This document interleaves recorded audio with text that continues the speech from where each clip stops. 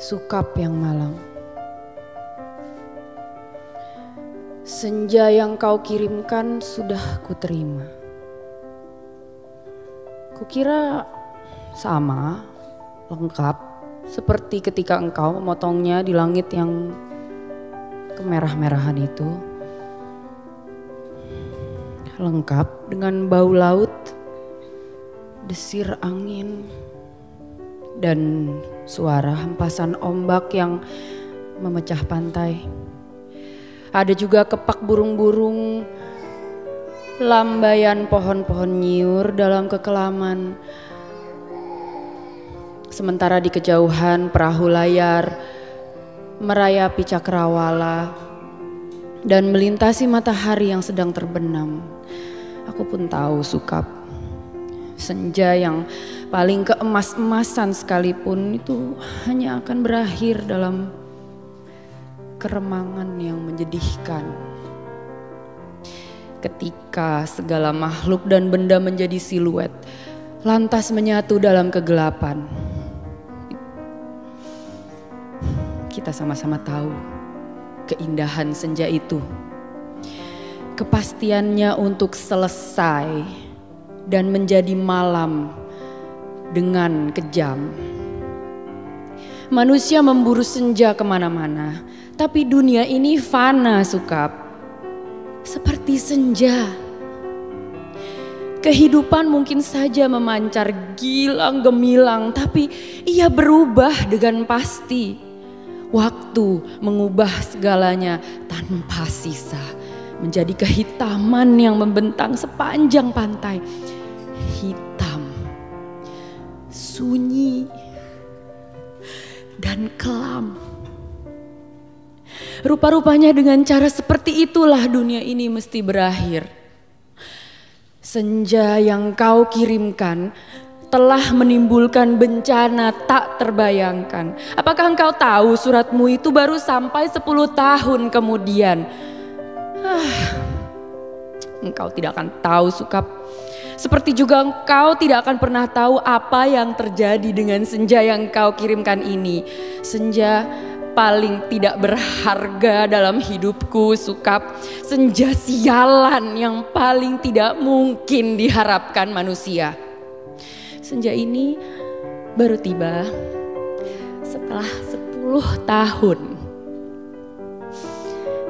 Karena tukang pos yang jahil itu rupanya penasaran dengan cahaya merah keemas-emasan yang memancar dari amplop itu Sukap.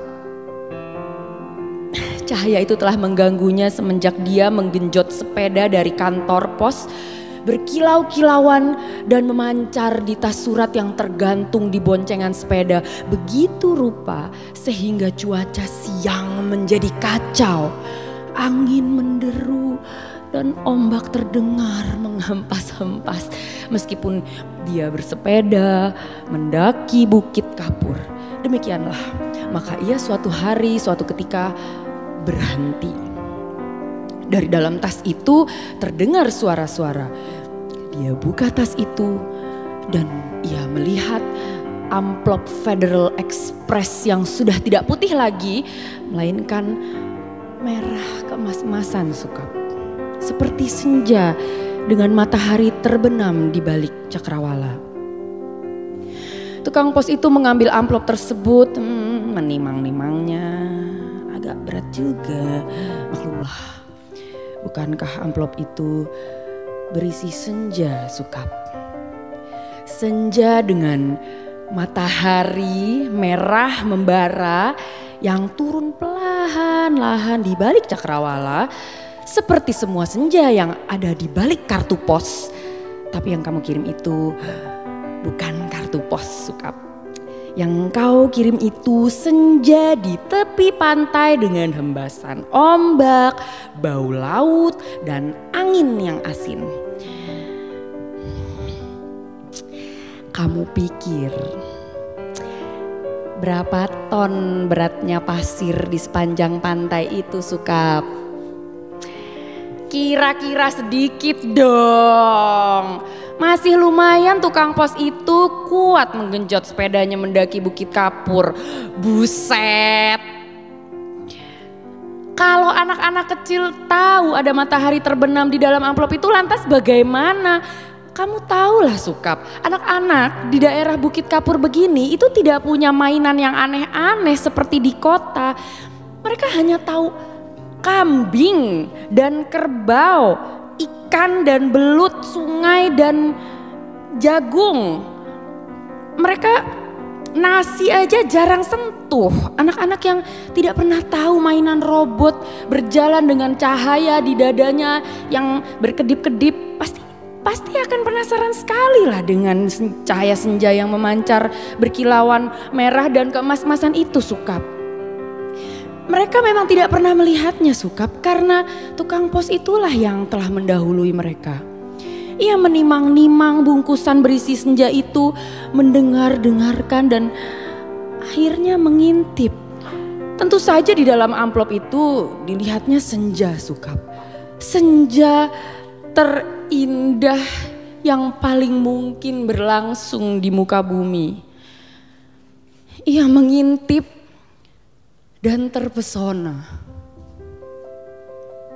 Ia buka amplop itu. Sebetulnya menurut kode etik profesi itu tidak boleh. Tapi manusia manapun bisa melakukan kesalahan bukan? Ia buka terus amplop itu dan melihat senja dengan langit merah keemas-emasan di dalam sana, di mana mega-mega berpencar seperti perahu di danau, memberikan perasaannya nyaman dan tenang. Siapa yang tidak suka merasa nyaman dan tenang di dunia ini Sukap? Di sebuah dunia yang sudah miskin, masih bersimbah darah pula. Maka jangan salahkan tukang pos itu Sukap. Jika ia kemudian menjadi begitu penasaran dan memasuki senja yang terbentang. Tidak ada yang tahu apa nasib waktu. Ketika anak-anak akhirnya berkerumun di sekitar sepeda yang tergeletak itu, mereka hanya melihat cahaya senja kemerah-merahan yang semburat membakar langit. Amplop itu hanya bocor sedikit. Tapi akibatnya sudah begitu rupa. Ini semua gara-gara kamu Sukap. Sukap yang malang, bodoh dan tidak pakai otak. 10 tahun lamanya tukang pos itu menggembara di dalam amplop. Kita tidak akan pernah tahu apa yang dilakukannya di sana. Apakah ia kawin, beranak pinak dan berbahagia? Atau selama itu dia hanya duduk-duduk saja memandang matahari terbenam dengan perasaan kehilangan. Sementara langit yang tadinya merah keemas-emasan perlahan-lahan menggelap kebiru-biruan. Aku juga tidak tahu bagaimana caranya menikmati senja di dalam amplop Sukap. Sebuah ruang yang sungguh-sungguh terdiri dari waktu. Apakah waktu bisa diulang atau bagaimana? Aku belum pernah memasuki senja di dalam amplop. Atau apakah di dunia ini sebetulnya seperti amplop ya Sukap? Di mana kita tidak tahu apa yang berada di luar diri kita, di mana kita merasa hidup penuh dengan makna, padahal yang menonton kita itu tertawa-tawa sambil berkata, kasihan betul ya manusia. Apakah begitu Sukap? Kamu yang suka berhayal barangkali tahu, tapi aku tidak mau hayalan, aku tidak mau kira-kira, meskipun usaha kira-kira itu begitu canggihnya sehingga disebut ilmiah. Aku mau tahu yang sebenarnya. Apakah ada yang menyaksikan kita sambil tertawa-tawa? Kalau iya, apalah arti hidup kita ini Sukap? Tidakkah nasib manusia memang seperti ikan yang diternakkan hanya untuk mengisi akuarium di ruang tamu seseorang, yang barangkali juga tidak terlalu peduli kepada makna kehidupan ikan-ikan itu. Aku tidak pernah tahu. Tidak ada seorang pun yang tahu apa yang dialami tukang pos itu di dalam amplop. Sampai ia keluar 10 tahun kemudian dengan wajah bahagia. Ia sudah 10 tahun menghilang di dalam amplop dan ia tidak bertambah tua. Apakah waktu di dalam amplop tidak bergerak? Tepatnya, Apakah senja di dalam amplop itu tidak berhubungan dengan waktu?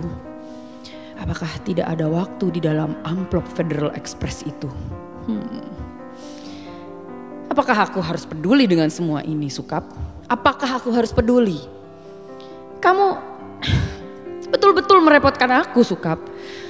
Dasar laki-laki tidak tahu diri.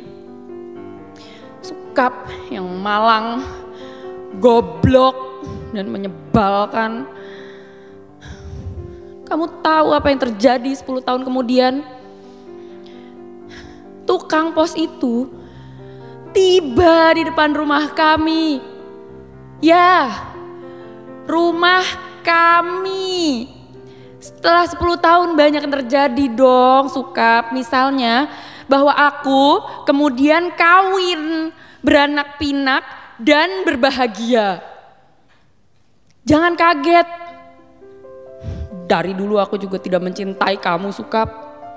Dasar bego. Dikasih isyarat tidak mau mengerti. Sekali lagi, aku tidak mencintai kamu. Kalau aku toh kelihatan baik selama ini kepadamu, terus terang aku harus bilang sama kamu sekarang, sebetulnya aku cuma kasihan. Terus terang aku kasihan sama kamu, Sukap. Mencintai begitu rupa, tapi tidak tahu yang kamu cintai sebetulnya tidak mencintai kamu. Makanya jangan terlalu banyak berhayal, Sukap. Pakai otak sedikit.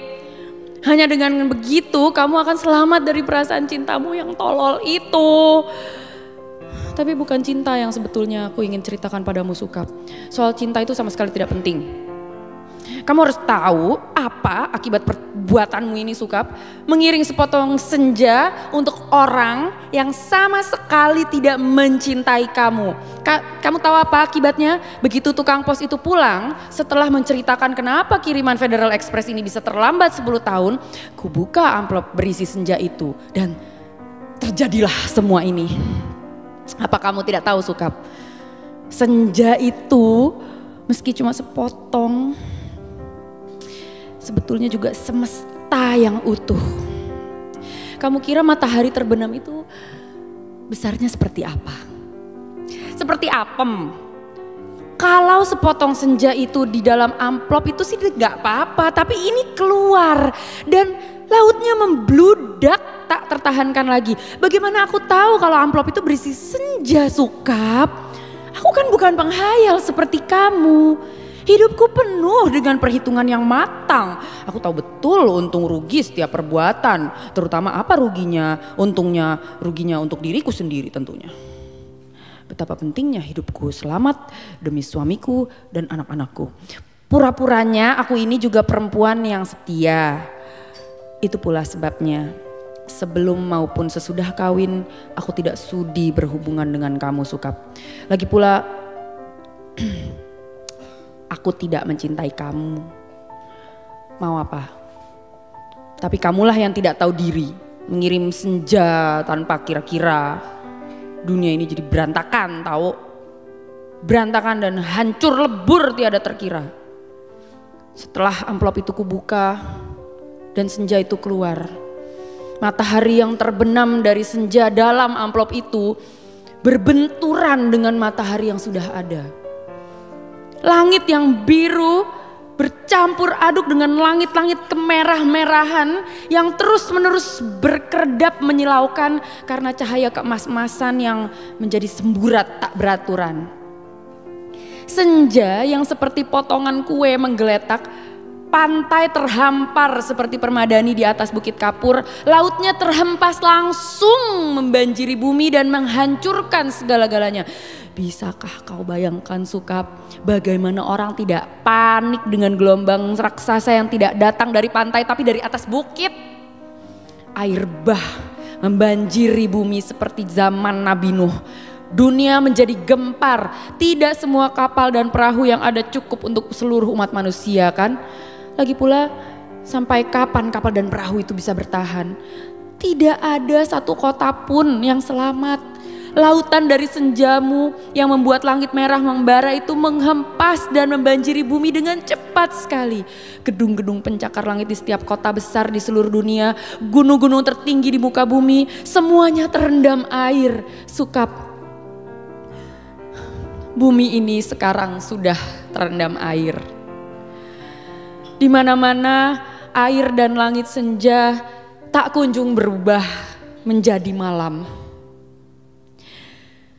Segalanya kacau, Sukap. Gara-gara cintamu yang tak tahu diri. Sukap yang malang, paling malang, dan akan selalu malang. Aku menulis surat ini dengan kertas dan pena terakhir di dunia. Di atas puncak Himalaya. Di depanku ada sebuah sampan kecil dengan sepasang dayung dan sebungkus supermi. Itulah makanan terakhir di muka bumi. Sisa manusia yang menjadi pengembara lautan di atas kapal dan perahu telah mati semua karena kehabisan bahan makanan maupun mayat teman-temannya sendiri. Manusia memang banyak akal, tapi menghadapi senja dari dalam amplop itu tidak ada jalan keluar. Banyak orang mempertanyakan diriku, kenapa aku membuat dirimu begitu cinta menggebu-gebu, padahal cinta secuil pun tidak. Sehingga kamu mengirimkan sepotong senja itu kepadaku dan tumpah ruah membanjiri bumi. Tapi coba katakan, itu bukan salahku, Sukap. Aku tidak mau disalahkan atas bencana yang menimpa umat manusia. Mengapa cinta harus menjadi begitu penting sehingga kehidupan terganggu? Ini bukan salahku. Air laut kulihat makin dekat. Setidaknya setengah jam lagi tempat aku menulis surat ini sudah akan terendam seluruhnya. Aku akan naik perahu, mendayung sampai teler, makan supermi mentah, lantas menanti maut. Akan kukirim kemana surat ini, barangkali kamu pun sudah mati, Sukap. Semua pengembara di lautan sudah mati, sedangkan di puncak tertinggi di dunia ini aku tinggal sendiri. Dari hari ke hari memandang senja yang selesai, di mana matahari tidak pernah terbenam lebih dalam lagi. Semesta dalam amplop itu telah menjadi pemenang dalam benturan dua semesta. Namun semesta dalam amplop itu cuma sepotong senja, sehingga dunia memang tidak akan pernah sama lagi. Kalau aku mati nanti, bumi ini akan tetap tinggal senja selama-lamanya. Dengan matahari terbenam separuh yang tidak akan pernah turun lagi. Langit merah selama-lamanya. Lautan jingga selama-lamanya. Tetapi tiada seorang manusia pun memandangnya. Segenap burung sudah punah karena kelelahan terbang tanpa henti. Tinggal ikan-ikan menjadi penguasa bumi. Di kejauhan kulihat ikan paus merah yang menjerit dengan sedih. Sukap. Aku akan mengakhiri surat ini. Akan kulipat menjadi perahu kertas dan kulayarkan ke laut lepas. Bukan tidak mungkin surat ini akan terbaca juga, entah bagaimana caranya. Namun siapapun yang menemukannya akan membaca kesaksianku. Jika tidak, aku pun tidak tahu apa nasib waktu. Kupandang senja yang abadi sebelum melipat surat ini. Betapapun semua ini terjadi karena cinta dan hanya karena cinta. Betapa besar bencana yang telah ditimbulkannya ketika kata-kata tidak cukup untuk menampungnya. Kutatap senja itu Masih selalu begitu. Seperti menjanjikan suatu perpisahan yang sendu. Selamat berpisah semuanya. Selamat tinggal. Alina. Pondok Aren, Sabtu 10 Februari 2001.